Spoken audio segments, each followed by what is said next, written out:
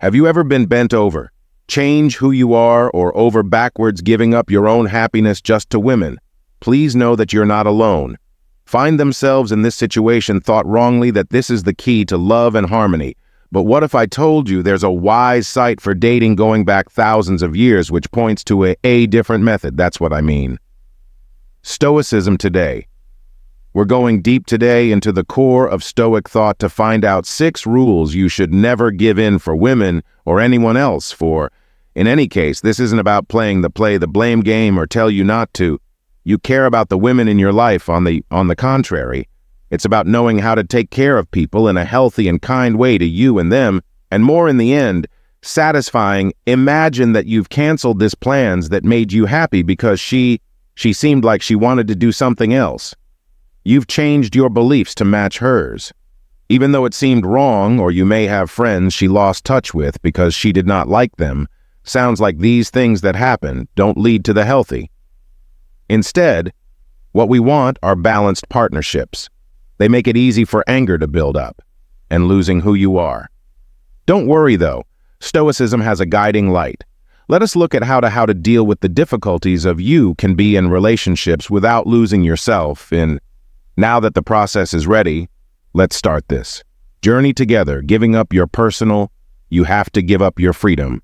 Free will when you're deeply in love, it's shockingly easy to please people who want to. If you threaten our freedom, you might cancel plans you were excited about to hide your hobbies, or even change your ideas to match someone else's hopes that it will feel like love.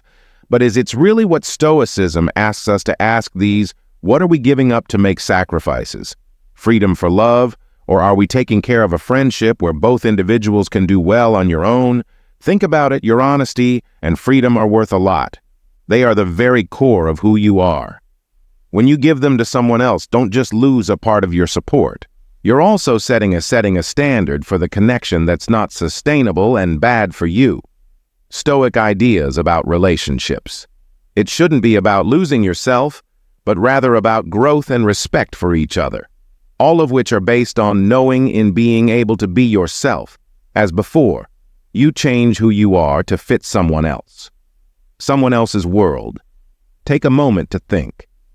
Because they love and respect you, or are you giving up your freedom because remember a fear and a need to be liked, friendship based on the ideas of we should all value each other's freedom, and being unique isn't just strong, it's keep going.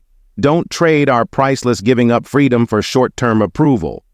Let us try to have relationships that enjoy and honor our independence by the timeless ideas of Stoicism, not caring about your own.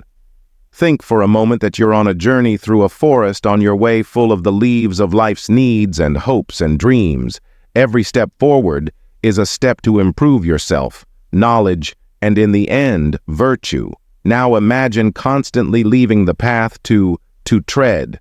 Someone is putting their needs ahead of yours, goals bigger than your own. It's not just a diversion means a break from your. This epicus would argue for personal growth is an abuse of our ability to think and reason, and a disregard for our own progress in the setting of interactions, especially ones in which we could find ourselves too involved in. To please a partner, it's important to remember this quiet lesson about giving in the growth of yourself, or putting someone else's needs always come before yours. Own can not only stop you from moving forward, but it can also make you lose who you are. Stoics didn't urge people to improve themselves as to get what they want, but as a way to become better people for ourselves and for those around us. By putting off our getting better as people, we're not just stopping on our way, we're also denying our partner of the most recent version of ourselves. How can we really help make people happy? And what's best for other people if we're not developing our own goodness and smarts? The lessons Epictetus taught us remind us that the focus on getting smarter and bettering yourself isn't just one pursuit, but one that makes our connections better. And in relationships, it's about making sure that while we're not helpful and encouraging. Giving up our own growth on the altar. 3 needs of someone else. Keep your feelings in check. Putting down your feelings. Picture yourself holding a beach ball. When you push it down underwater, with more force, it will come back up a lot. In surprising ways, like when we keep our feelings in check for the sake of keeping the peace in a relationship. Nothing is getting solved. We're just putting off the inevitable. An explosion of being this way is not the noble way to act. Stoics want everyone to be healthy. When it comes to our feelings, one where we agree that you understand and can manage them, not one where we ignore their life, keeping your emotions in check, or putting off your mental needs for the sake of a friendship. It's bad for you. Not sustainable. It causes a buildup of feeling angry misunderstandings, and finally a cutting off from not only your lover, but also from you. The rigid approach is to face our feelings straight on, that you look at them with reason, and to say what you want in a helpful way. It's about finding the middle ground between feeling and reason, making sure that neither is given unchecked rein contact. Is an important part of this theory is being honest with yourself and telling the truth. Being honest about how you feel is not a sign of strength instead of weakness. And Marcus Aurelius wrote about self-awareness in Meditations, stressed how important it is to being honest and self-reflecting in all parts of life, such as our emotions world, for you lose your giving up your freedom.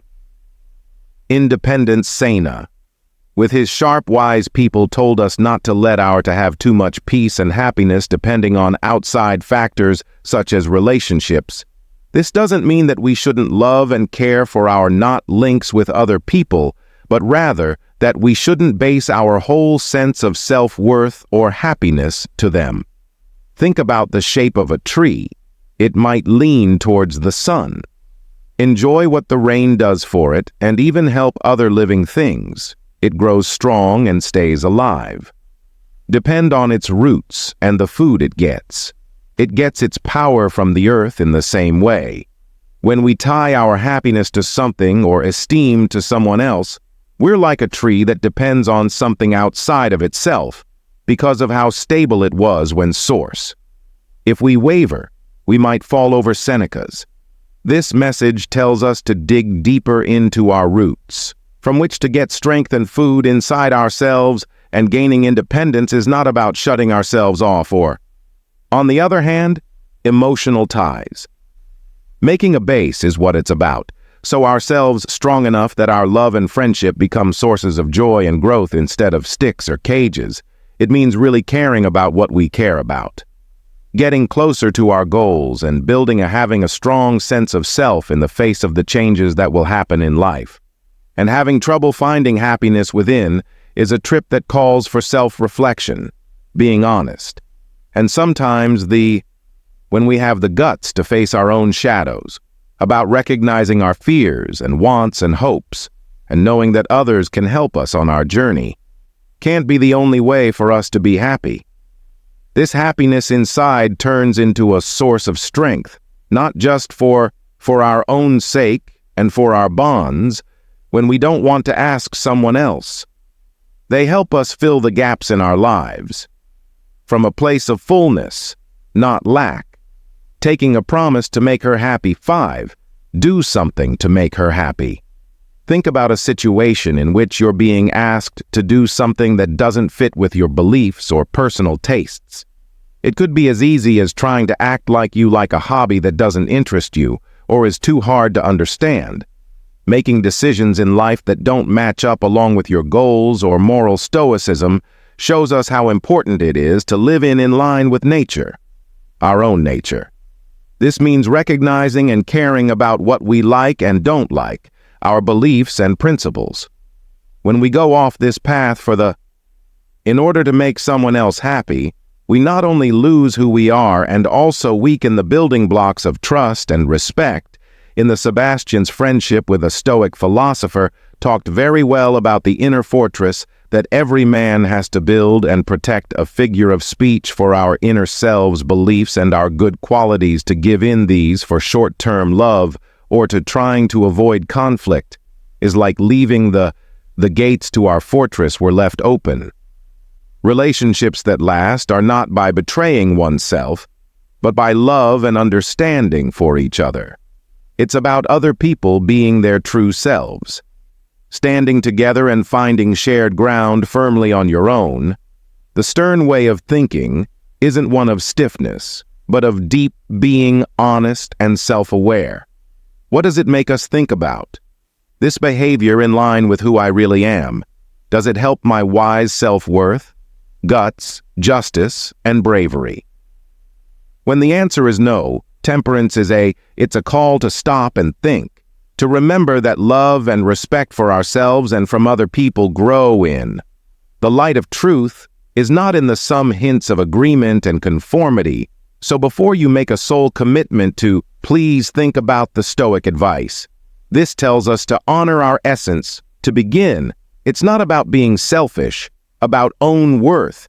It's about making a relationship in which both people are told to be honest and their best selves. This doesn't make the love less strong. Sharing it makes it stronger and forms a bond. It's not just about having fun, the moment, but about how happy a xiao.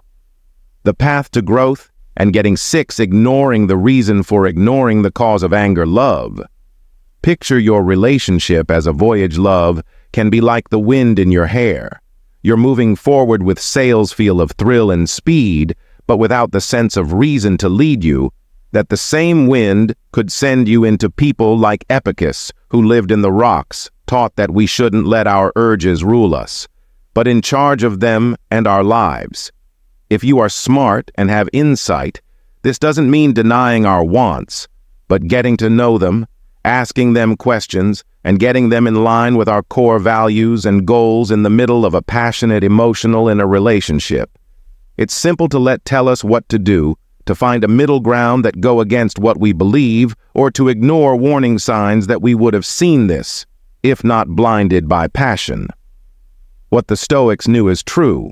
Remind us that reason should guide us, which we can look at our feelings, making sure that what we do in a connection is more than just a response to feelings that don't last, but decisions made clear and looking ahead.